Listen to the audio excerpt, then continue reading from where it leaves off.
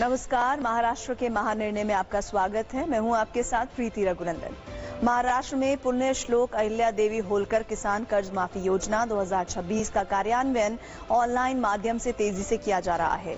16,96,000 पात्र लाभार्थी किसानों की पहली लिस्ट जारी कर दी गई है।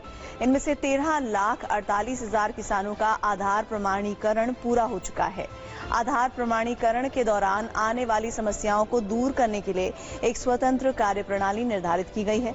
लाभार्थी किसानों को जारी की गई लिस्ट में दिए गए यूनिक नंबर के साथ नजदीकी आपले सरकार सेवा केंद्र में आधार कार्ड और बैंक पासबुक्स लेकर जाना चाहिए।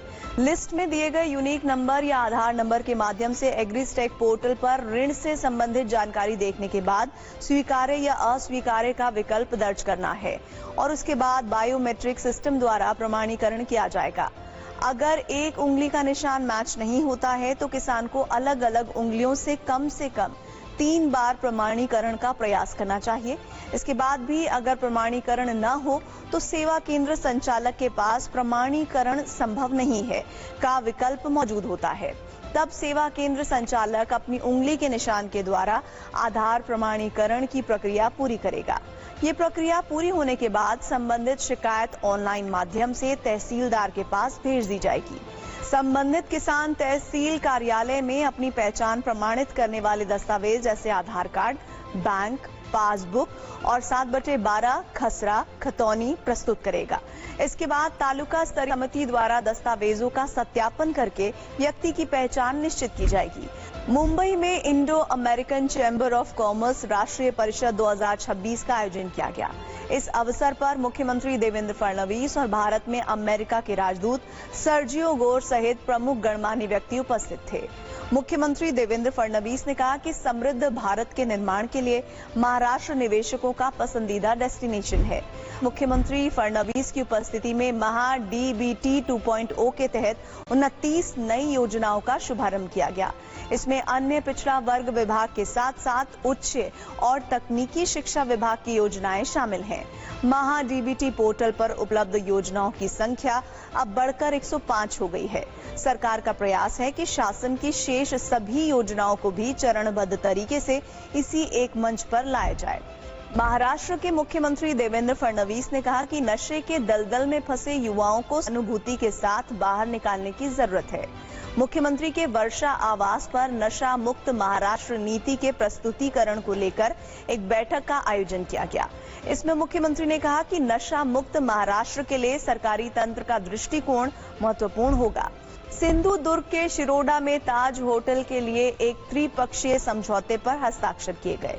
ये समझौता मुख्यमंत्री देवेंद्र फडणवीस, दोनों उप मुख्यमंत्रियों और अन्य प्रमुख मंत्रियों की उपस्थिति में मंत्रालय के कैबिनेट हॉल में संपन्न हुआ।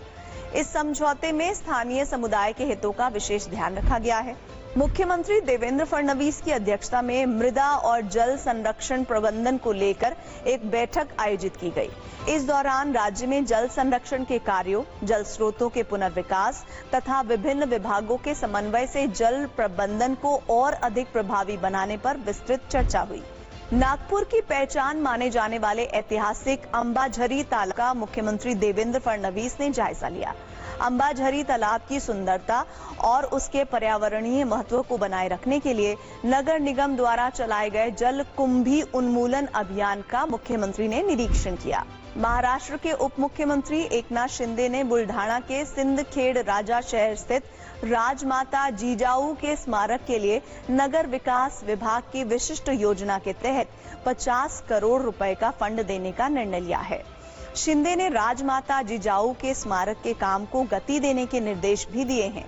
इस 50 करोड़ रुपए के फंड से जिजाऊ मान साहब के स्मारक के साथ साथ इस क्षेत्र की सड़कों और आसपास की अन्य सुविधाओं का विकास किया जाएगा। बीड के परली वैजनाथ में 634 करोड़ रुपए की लागत से बनने वाले पशु चिकित्सा एवं पशु विज्ञान महाविद्यालय का शिलान्यास और भूमि पूजन समारोह उप मुख्यमंत्री सुनेत्रा पवार के कर कमलों द्वारा संपन्न हुआ। इस योजना से मराठवाड़ा के छात्रों को उच्च स्तरीय पशु चिकित्सा शिक्षा मिलने के साथ साथ स्थानीय किसानों की समृद्धि को भी एक नई दिशा मिलेगी। महाराष्ट्र के महानिर्णय में इतना ही। TV9 भारतवर्ष पर खबरों का सिलसिला जारी है।